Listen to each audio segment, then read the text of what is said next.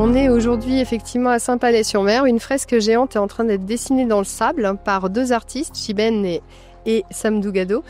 Et l'idée, c'est d'introduire la notion de mémoire à travers ce dessin, la notion également d'éphémère, pour parler tout simplement d'un débat public à venir qui va s'ouvrir le 10 octobre et qui concerne la gestion des matières et des déchets radioactifs. Que fait-on de ces déchets radioactifs qui vivent assez longtemps, qui peuvent poser des problèmes de sûreté? Où est-ce qu'on peut les mettre? Comment on va les gérer? Sur combien de temps? Comment on transmet aussi aux générations futures la mémoire de tout ça, quand on sait que certains de ces déchets vivront jusqu'à 300 000 ans? Comment on peut transmettre cette mémoire, cette mémoire aux générations futures?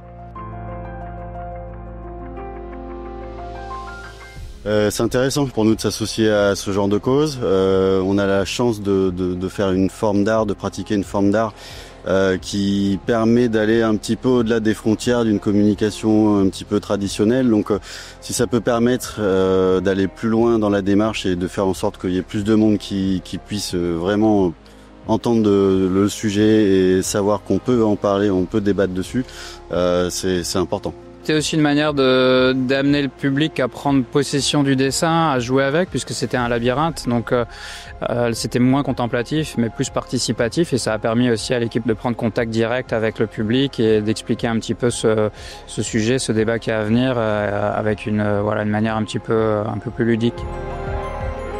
Là, concrètement, si on devait résumer cette fresque, je pense que ça serait par une question. Qu'est-ce qu'on va laisser aux générations futures? Donc on a essayé de symboliser ça avec un papy qui tient son petit enfant par la main, l'horloge qui tourne bien entendu, et du coup on a notre baril en bas du dessin qui se fait enfouir, et donc avec la grande question que ça pose. Et là concrètement le grand résumé de cette fresque, c'est ça.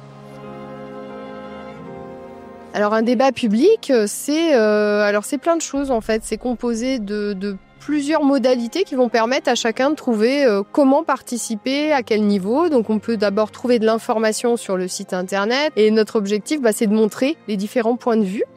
On pourra assister à des webinaires également. On va organiser 8 webinaires qui vont concerner des sujets comme les coûts. Combien ça coûte aujourd'hui cette gestion, les déchets médicaux en France, et bien d'autres sujets. 8 webinaires. On peut également accéder à une plateforme participative qui va permettre à la fois de donner son avis ou de poser des questions.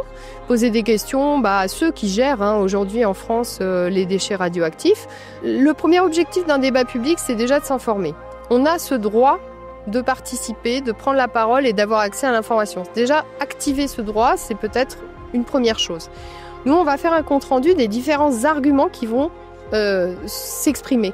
Et c'est en fait plus ces arguments-là que vont aller regarder les maîtres d'ouvrage, comme l'État, en l'occurrence, qui pourra voir quels sont les différents arguments et quels sont les différents points de vue et s'en inspirer pour prendre des décisions. Il n'y a pas une seule parole citoyenne, en fait, elle est assez multiple. On a vu des débats publics qui faisaient fortement évoluer les décisions.